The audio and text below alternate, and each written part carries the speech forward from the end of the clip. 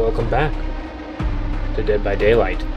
So we have a new chapter in the PTB, Transmission End, and honestly it's not bad. In fact, it's actually pretty good, but I personally have a few issues with it.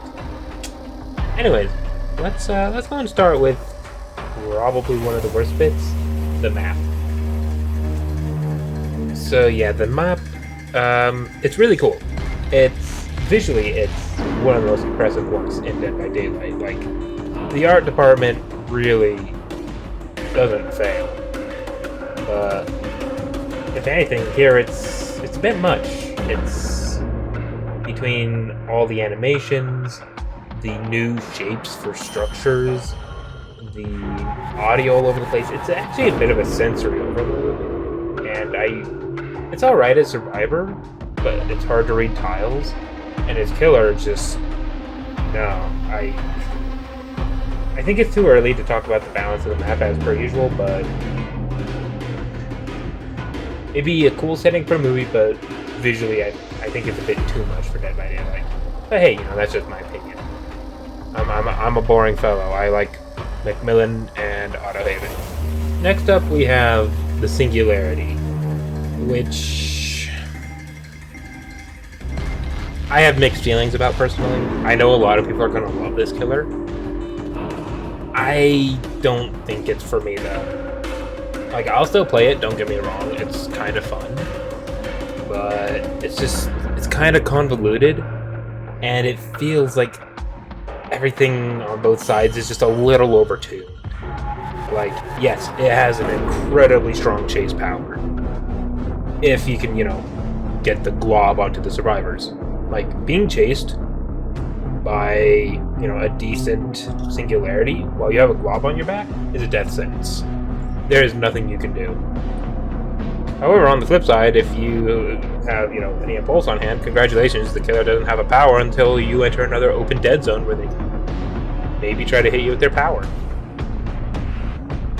Like, the E-impulses, which are the survivor items used to counter the Singularity's power, they're just so plentiful and cover up so much space that it really does feel like if you're on top of them, that just the Singularity isn't much of a threat.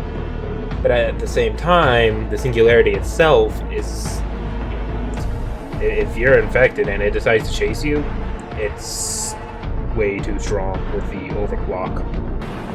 So, for those of you that don't know, the long and short of it is, you shoot out biopods. You can look through them like a security camera system, which is really cool. In certain situations, it felt like I was just playing Five Nights at Freddy's Dead by Daylight edition. But, yeah. Focus on a survivor for a few seconds, shoot a glob at them, and if they get globbed, cool. If you manage to shoot another glob at them, then you'll teleport to them immediately, or you can just shoot them with your hand cannon that you used to shoot the initial globs. And,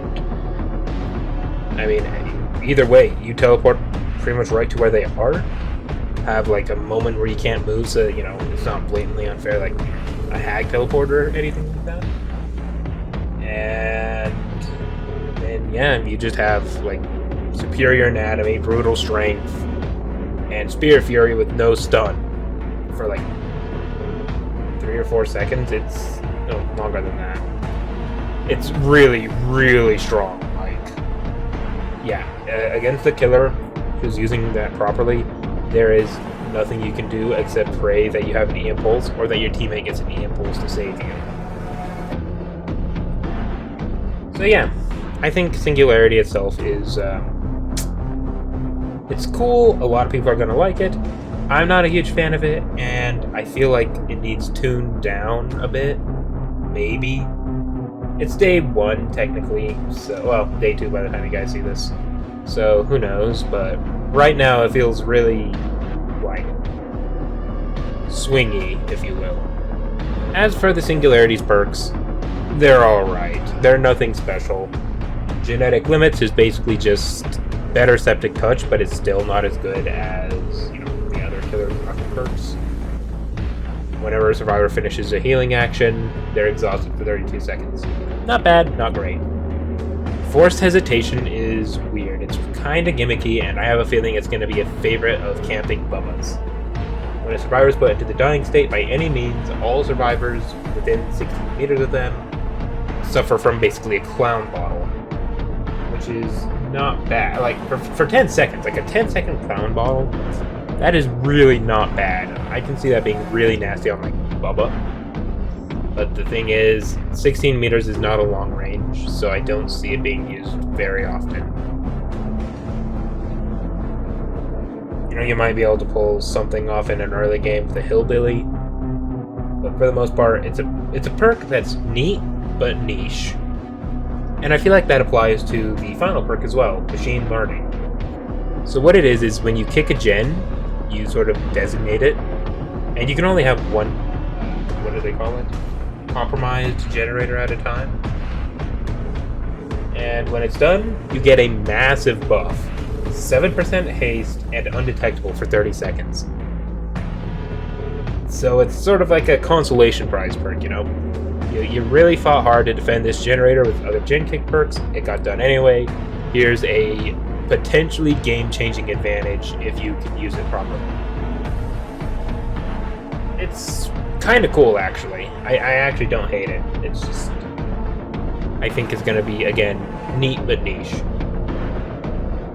And then we have Gabriel Soma. Why are these perks here? Like, let's go from least problematic to most problematic. Starting off, we have Troubleshooter. While being chased by the killer, you see the aura of the generator with most progress, and every time you drop a pallet, you basically get I'm all ears on the killer. So a 6-second aura read just for dropping a pallet. It's kinda insane. Don't get me wrong, the survivor player in me, there is one. Believe me, it's in there somewhere. Kinda wants it to go live because it's just a lot of fun. But at the same time, it's gonna need some sort of restriction, either once per chase or something, because it is way too much information. Next up we have Made for This, which is sort of tied with Scavenger, but we'll get to that. Made for This is stupid. It's literally just a free 3% haste for being injured. So you're punishing killers for not having an insta-down. That's literally what this perk does. On top of that, it has a secondary effect of giving you endurance for 10 seconds after you heal another survivor. What? Why? It does have an exhaustion thing, kind of like Iron Will, but I really think this is not a healthy perk for the game. I really don't. Like, 3% haste, that's going to be better shift W. That's going to mean better loops. It's gross. I mean, Dark Theory, at least that you had to go, set up the boon and stay within it. And yeah, sure, is Dark Theory good? No. But if it was permanent and map wide, yeah, it would actually be pretty solid in the hands of a good player. And Made for This is that, but slightly better. And in addition, it can stack with any Dark Theories, or Better Together, or Teamworks, or Blood Pacts, Hope. Just why? Don't do this behavior. Don't do this. And finally, we have Scavenger, aka, so we heard you like Hyperfocus. What if we made it worse? Like, in terms of, being killer. So, while you're holding an empty toolbox, it activates, and succeeding a great skill check while repairing gives you a token. And when you reach maximum tokens, you lose them all to recharge the toolbox to full. It only happens once per trial, but this, once again, is just mind-boggling. Like, okay, so now somebody can bring Hyperfocus and a Commodious, and basically get 2 Commodiuses with Hyperfocus, and just completely slam like 2 gens. Now imagine Imagine all 4 people bringing that with like a map offering like Morgo. You're just gonna lose that match's killer. I'm sorry. I think even like some of the high tiers might struggle with that. So yeah, you know, this is just kind of a quick run through of what it is and some very quick thoughts. Overall, I think it's going to be a really interesting chapter. It's a cool chapter. It's not bad. I don't think it's for me, but you can still expect me to upload some content for it when it hits live. And finally, we have a couple of really interesting patch notes.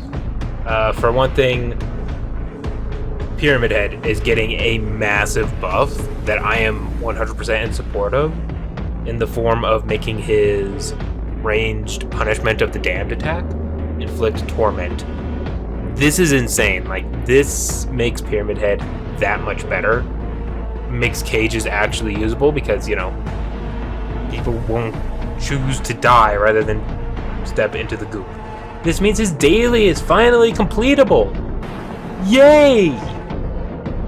So yeah, I understand that there may be some issues with it, but I hope it makes it through. Maybe just throw like the unhook BT, like the base kit one, onto the cages. I think that'd be fine. Ghostface actually got some really decent buffs as well. You'll see them on the screen here. And finally, we have some really interesting perk changes. Namely to Pop Goes the Weasel. I used to love this perk before 6.1, and then as of 6.7, I was kind of going back to it because of other perk changes, and now they're buffing it to 30% of of current progress. I still think, you know, 20% total would be better overall, but honestly, I'm down to have 30% current. Just makes it all the better for the builds where I actually use it. And yeah, until next time, this has been Proselyte Primus, and here's me checking out the Mori with Shadowlay Crusader, my excellent friend, and I will link his YouTube down in the description below. Go check out his stuff. You wiggled out. Alright, here we go. I've heard a lot of good stuff about this, so... It will be fast, possibly painless. Fast. Please. It is over. Okay, that was not what I expected it to be. We got Mortal Kombat up in here. What?